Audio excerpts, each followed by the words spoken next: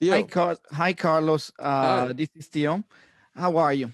Hey, good to see you again. Likewise. Well, I just wanted to publicly ask my question regarding the bill regarding the more transparency on HPD, because I want to show you that there is quite a lot of support for someone to introduce the transparency bill that I was talking to you and I talked to Ben Carlos.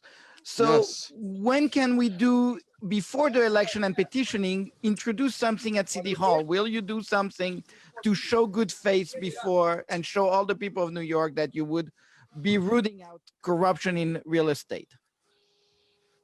So yes to transparency.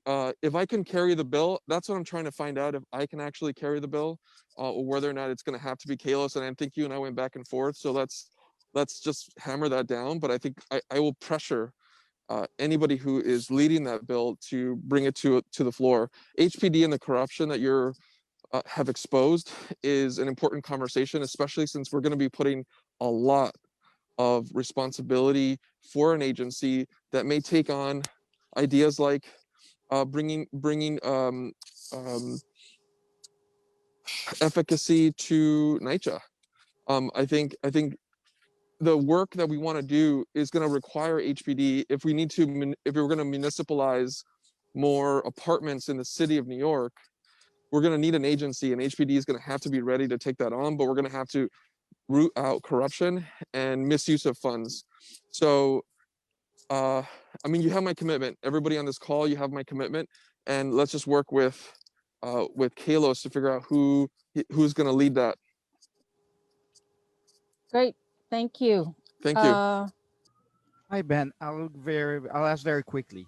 I asked the same question to Brad Lander. There is a bill that you proposed many years ago about putting the contracting into the system, the single computer that Caroline Maloney got passed a long time ago. I asked Carlos Menchaca to do an amendment to the bill to add HPD. Will you join Carlos into pushing for such a new amendment? Yes.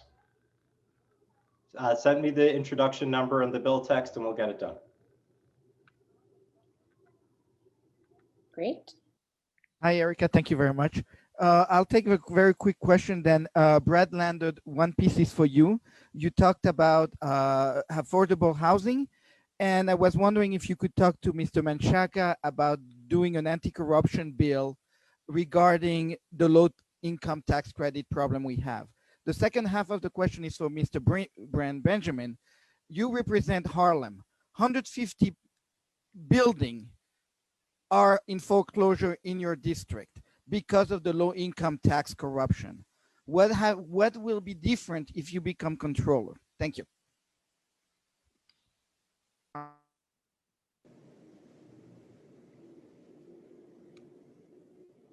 Oh, sorry, was I supposed to give an order? Brad, he asked the question to Brad first. Yes, so council member, if you'd like to answer.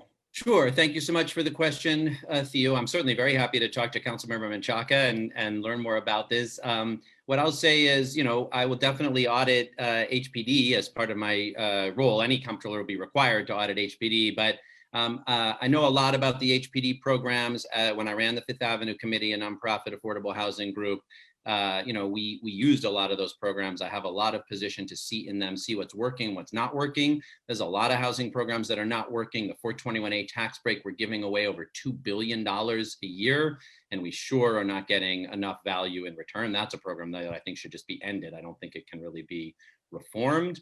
But the power of the controller's office to audit that agency, I'm glad to work with stakeholders, including you and the council member and others. I will say I'm the only candidate in the race who has pledged not to take contributions from real estate developers. I'm running a grassroots small dollar campaign. I have more contributors than all the other candidates in the race combined at this time, because we're just running a small dollar campaign trying to make it all through matching funds. And that'll give me an independence so that those audits will really be hard hitting. We'll tell the truth. We'll work together with advocates and we'll make change. And you'll see in the coming days, we're putting out a new proposal that says that what we need to do in part in our affordable housing policy is shift from a focus on for-profit private developers who have gotten 80% of the city's subsidy for new production of affordable housing to groups like community land trusts, nonprofit community development corporations, Mitchell Lama and other shared equity and limited equity cooperatives. That's the way that I think we can genuinely increase the footprint of truly affordable permanent housing in New York City. So Theo, thank you. Theo, thank you for the question. I want to say a few things. Number one, our HDFCs, the regulatory agreements that have permeated through our system really need to be reevaluated. I think that a number of HDFCs are in trouble, and part of that is because they were not structured to begin with for success when they were first started. And I think there is a lot to be reviewed there. And I think that the comptroller's office can play an important role in really evaluating, how did we set up HDFCs, particularly in communities of color, and what are some of the dynamics that we need to change? We need to have a programmatic audit to look at how are we going to protect a lot of that home ownership. There are people who had come to this community, who had suffered through the 80s and went through and worked and built up their equity and their home ownership, and a number of them are in trouble. That has to be reviewed. Also, the third-party transfer program needs to be reviewed very significantly because there are a number of transfers due to some of the tax liens that the city gets to sell. I believe that we should ban tax liens from being sold in the city of New York, and we should have a system where the city of New York is really actually trying to help keep home ownership and keep equity in the communities, particularly with people who have worked so hard to build themselves up. So I think that is an important point. But I think it's also important to note that the city does not have a strategic plan as it relates to building affordable housing. Right now, affordable housing gets built willy-nilly. And I think we need to have a city planning commission, a mayor with a Department of City Planning that actually plans out affordable housing across the city of New York.